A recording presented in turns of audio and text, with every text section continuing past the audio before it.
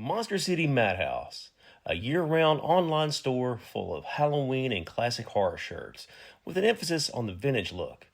Use code SAVE10 for 10% off your order. MonsterCityMadhouse.com. Free shipping and financing's available.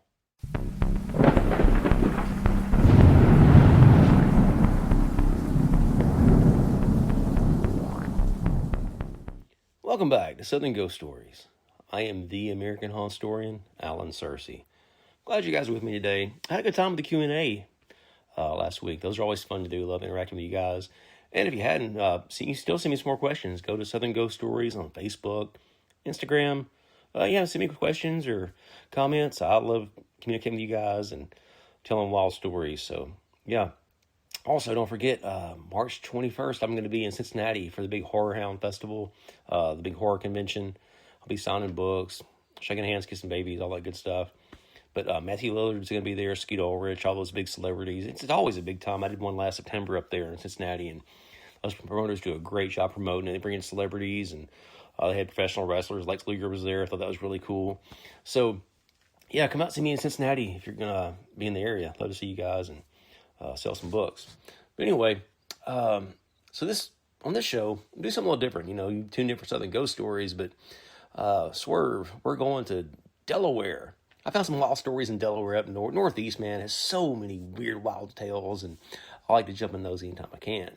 So, it's August 9th, 1898 in Dover, Delaware. The air is thick with the kind of humid heat that makes the mid-Atlantic feel like a swamp. Mary Elizabeth Dunning, the daughter of a former congressman, she's sitting on the porch of her family's home on State Street. Her nephew, Harry Pennington, returns from the post office with a package that's traveled over 3,000 miles from San Francisco. Inside the box, wrapped in delicate paper, is a pound of high-end chocolate and a fine silk handkerchief. And tucked in the corner of the box is a simple handwritten note. With love to yourself and baby, Mrs. C. Mary's puzzled by this, but she's kind of charmed. She had spent some time in San Francisco while her husband, John Dunning, worked as a prominent journalist. She assumes Mrs. C is an old acquaintance, perhaps Mrs. Coberly, who she knew from the West Coast. When Mary calls out to the household, her sister Ida steps on the porch. Her father came out and several other young children. Mary passed the box around. She took a piece of chocolate. Ida does too. The candy is rich, perhaps a little bitter, but they think nothing of it as the sun starts to go down. Well, by 10 o'clock that night, the Dunning household had transformed itself into a house of horrors. Mary and Ida were seized by violent, uncontrollable vomiting. Their father, John Pennington, he heard his daughters retching from his bedroom and rushed to their side. By morning, the local physician, Dr. Bishop, is at the house. Well, the doctor, he's baffled. He initially diagnosed them with cholera, which is a severe gastrointestinal inflammation that was common in the 19th century. I mean, basically, cholera, it was horrible. It got in your system and you vomited and had diarrhea just until you died. It was horrible. It was quick. It was painful. But the symptoms that they had in the house, they were too extreme. For 2 days, those sisters suffered in what witnesses described as intense agony. Well, on August 11th, Ida's body gave out. The next day, Mary also passed away. Well, eventually the suspicion, it falls on the candy. The local coroner, who was also a chemist, Professor Wolf, he examined the remaining chocolates in the box that came from California. And what they found, it was quite staggering. The candies were injected with massive quantities of arsenic. It wasn't a tainted batch from a factory. It was a targeted assassination. So word of the tragedy reached John Dunning in San Francisco, Mary's husband. He rushed back to Delaware, and when he was shown the Mrs. C note, he figured out what was going on. He knows the handwriting. He had seen it on hundreds of letters. It belonged to Cordelia Botkin. John had been living a double life. While his wife was in Delaware, he was embroiled in a 3-year affair with Botkin. a woman that he had met in a San Francisco park. But John had recently told Cordelia that everything was over. He was reconciling with his wife Mary. Well, Cordelia's response, it wasn't tears or pleas. It was a calculated cross-country strike. The evidence started pouring in from the West Coast. A candy store clerk at Haas's in San Francisco remembered a woman matching Cordelia's description. She bought a specific box of chocolates and asked for it to be mailed. Well, a local druggist recalled selling her arsenic, but she was claimed she needed to clean a straw hat. And this is where the case moves from a local tragedy to a national landmark. Cordelia Botkin is in California. The bodies are in Delaware. In 1898, the legal system isn't built for murder by mail. Governor Ebe Pennell of Delaware had to issue a formal requisition to the governor of California demanding Cordelia be delivered to Delaware to face justice. The affidavits are clear. Cordelia is charged with murder of Ida Dean and Mary Elizabeth Dunning. The state argues, although Cordelia never left California, her quote-unquote criminal agency traveled across state lines via the U.S. Postal Service. Well, the defense fought back, arguing that California has no jurisdiction to extradite her for a crime she didn't physically flee from. It was a stalemate that forced the American legal system to redefine how it handles crimes committed across state borders. Well, eventually, she had her day in court. And the trial that Cordelia had, it was an absolute media circus. But inside the courtroom, it was a high-stakes battle of 19th century science.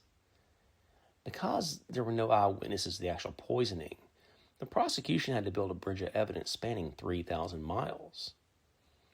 The centerpiece of this bridge was the Mrs. C note. To prove Cordelia wrote it, the state called upon a fleet of handwriting experts who used techniques that were revolutionary for 1898. And these experts didn't just look at the letters. They performed a microscopic dissection of Cordelia's penmanship. They used magnifying glasses and a large-scale photographic exhibit to show the jury the similarity and the symmetry and the specific pressure points in her script. They compared the lethal note to exemplars known to letters she had written to John Dunning, pointing out the idiosyncratic way she formed her C and the distinctive slant of her vowels. It was a painstaking process designed to prove that the hand that wrote "with love" was the same hand that had been spurned by a lover. But the paper trail didn't stop at the note. The prosecution brought in witnesses from every step of the chocolate's journey. A clerk from Haas's candy shop in San Francisco testified to selling a box of chocolates to a woman matching Cordelia's description. And then came the most damning testimony. A local druggist who identified Cordelia as the woman who brought 2 ounces of arsenic, claiming she needed to clean her hat. The defense tried to argue that these cases of mistaken identity, but the sheer volume of circumstantial evidence, the handwriting, the poison purchase, the matching stationery, they began to suffocate their case. So the jury was mesmerized by the fatal attraction narrative. And after a trial filled with scandalous revelations of secret tryst and Victorian-era betrayal, the verdict was inevitable: guilty of murder in the first degree. Cordelia was sentenced to life in prison, but her legal team was relentless. They fought for years, eventually securing a retrial in 1904, based on technicalities regarding how the jury was instructed. But the result was still the same. The evidence was simply too strong, and she once again sentenced to spend the rest of her life behind bars.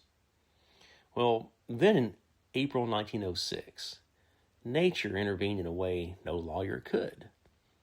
The great San Francisco earthquake struck a massive 7.9 magnitude quake that leveled the city and ignited fires that burned for days.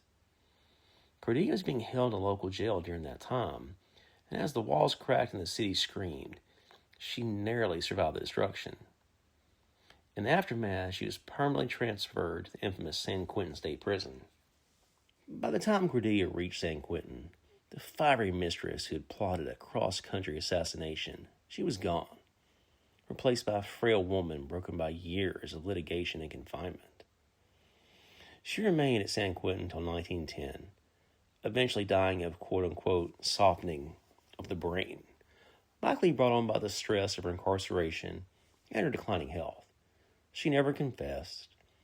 She took the truth of those poisoned chocolates to her grave, leaving Delaware with a legacy of one of the most sophisticated and cold-blooded crimes of the century.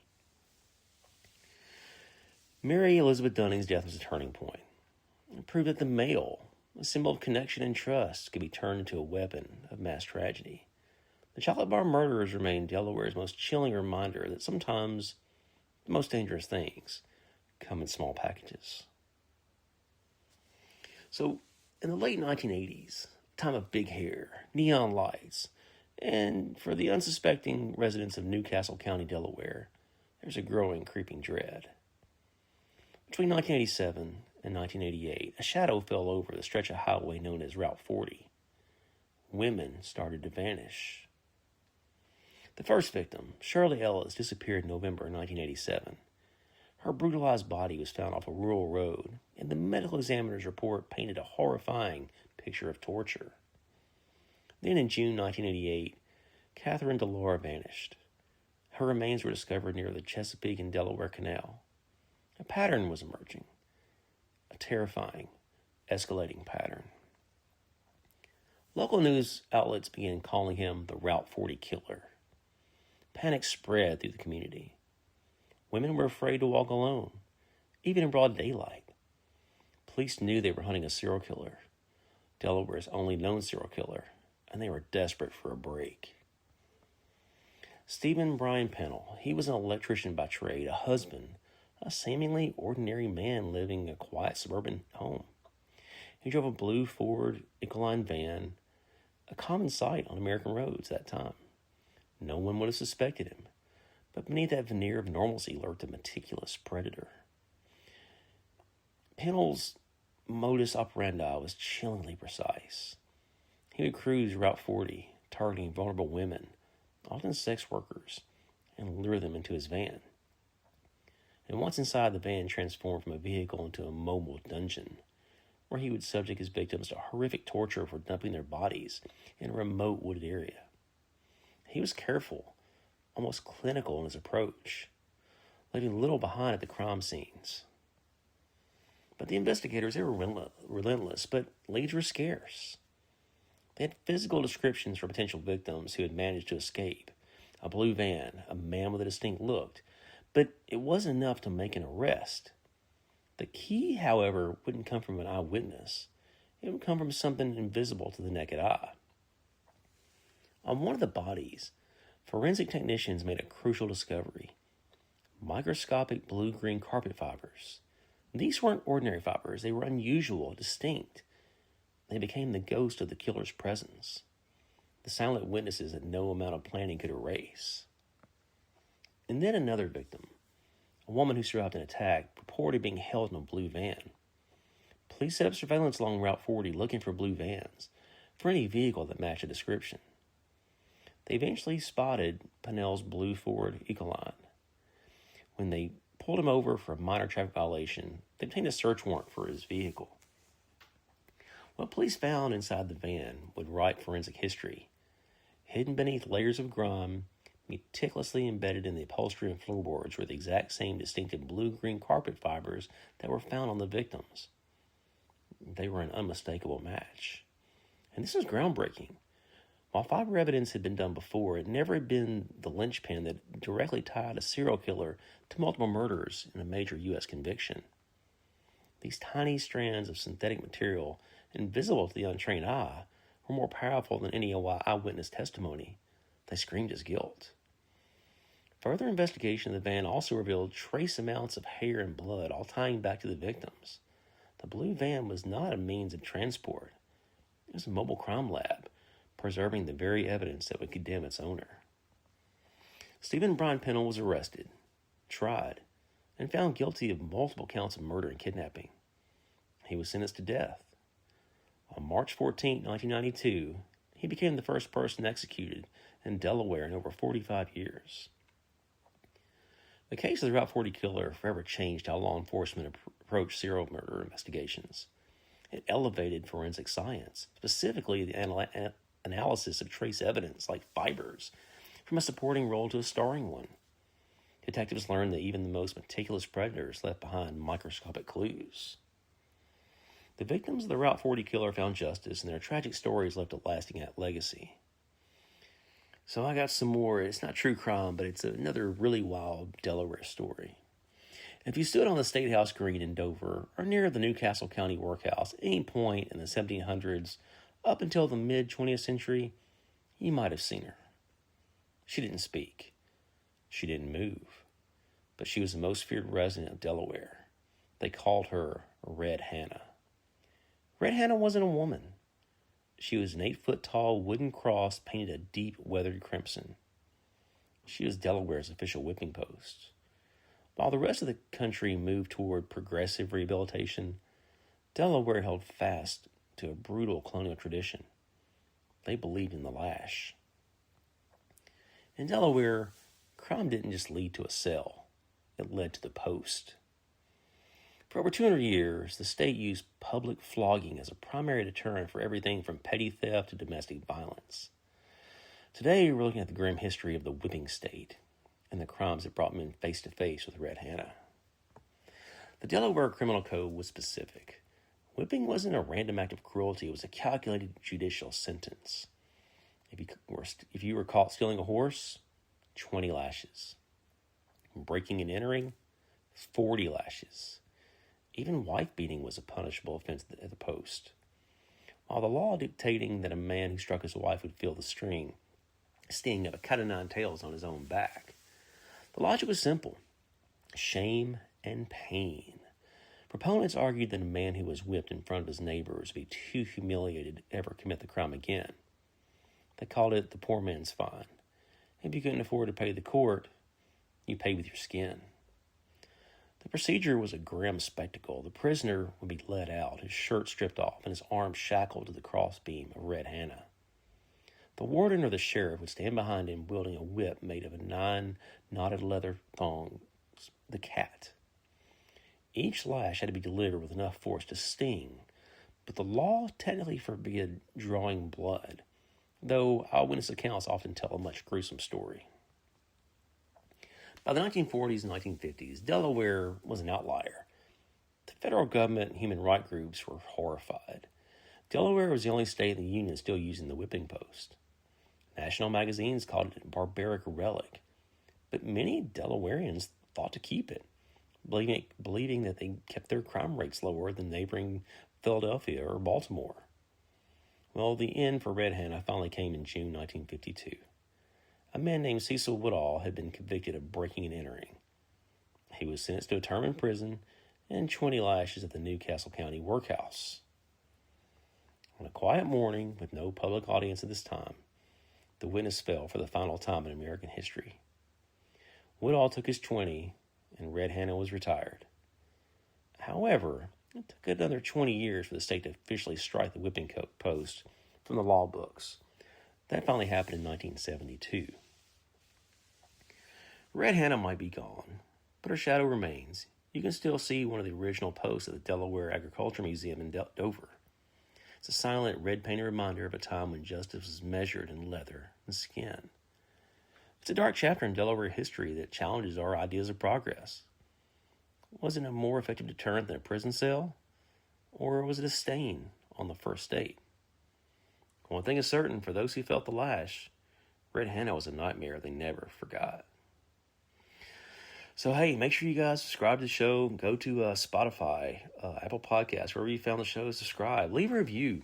Those are so helpful, and I really appreciate everybody who's been doing that. Also, go to Southern Ghost Stories on Facebook, Instagram. Send us some questions. I've been trying to answer those, the Q&A last week. I also had a question I kind of wanted to get to, kind of go back to the Q&A. I was talking about Waverly Hills Sanitarium last week, and I'd mentioned that I had an experience there. So Joe Camfield wrote in and said, what did I see at Waverly Hills? So I've talked about this before, but last week I was talking about, Waverly Hills is the old tuberculosis asylum in Louisville. thousands of folks went there and not many came out. So I took a tour several years ago. I have a book called Southern Ghost Stories Louisville that I wrote, and I feature Waverly Hills Sanitarium in the book.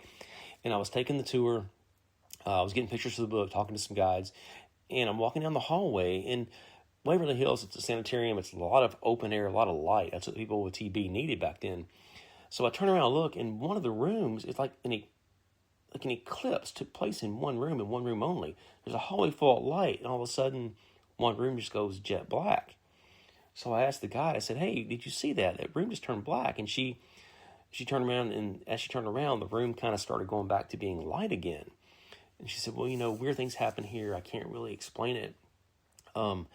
So after that, I reached out to a friend of mine who'd been a volunteer there at Waverly, and he's telling me that what I had seen had a name. They called it Big Black. Well, Big Black, it didn't just overtake rooms. It overtook people. One night he was working, and then next thing he knows, 10 hours have gone by, and he's at his house. He has no recollection of how he got home. He was at work, and then boom, in a blink of an eye, he's at his house on his couch. So he believes that Big Black overtook him, and that's why he lost that time and wound up on his couch with no recollection. So, yeah, really weird, wild story. In Waverly Hills, I mentioned last week, if you watch a Travel Channel or those ghost hunting shows, Waverly Hills Sanitarium is supposedly the most haunted place in America. And it's all subjective, really, but I've talked to countless people who've had experiences there, people who've been touched. I was talking to a lady, she went on a ghost tour. No, it was an investigation. Her and her friends rented the building one night, and they were there on the main floor. And she started walking in the dark, and she looked up, and there's like a man, he's walking in front of her. And she thought he was one of the people in their group, and she called out to him, and he just disappeared right in front of her. But she saw a man walking like just a few feet in front of her, like walking the same direction as her. And then when she said, "Hey, where are you going?" or I forgot what she said, boom, the guy was gone. So Waverly Hills, they are open. You can take tours there. You can rent the place for investigations. And I've talked to countless people, man, that so many weird, wild things happen there. And if you grew up in Louisville, it's kind of rite of passage. You would try to sneak in late at night, and all kinds of stories at Waverly Hills. But they offer historical tours. They offer the ghost tours as well. So, yeah, check out the book, Southern Ghost Stories Louisville. I really go into depth about the history of the place. They actually have a haunted house there Halloween time on the first floor. But lots of history, lots of ghost stories there. Check it out. Yeah, leave a review, subscribe, check out the books. I told you guys I've got Hex, Below the Trestle. Just go to Amazon, type in Alan Searcy or Southern Ghost Stories. All the books will come up. I got ghost stories from New Orleans to New Jersey, everywhere in between. Lots of weird folklore everywhere. I enjoy covering and writing about it. And be sure to come see me in March. I'll be at Cincinnati at Horror Hound. Got some other things this summer. Louisville Horror Con, I'll be at that. Creepy Con in Knoxville is coming up later this year. I'll be at Scarefest. I'll be at Spawn Scarefest. I think that's in May in Lexington. So, yeah, you can go to my website, alansearcy.com. All my appearances will be on there. But, yeah, keep checking back. I'll be back here for another show on Friday, and I look forward to interacting with you guys, telling you some more weird, wild stories. So I'll see you guys.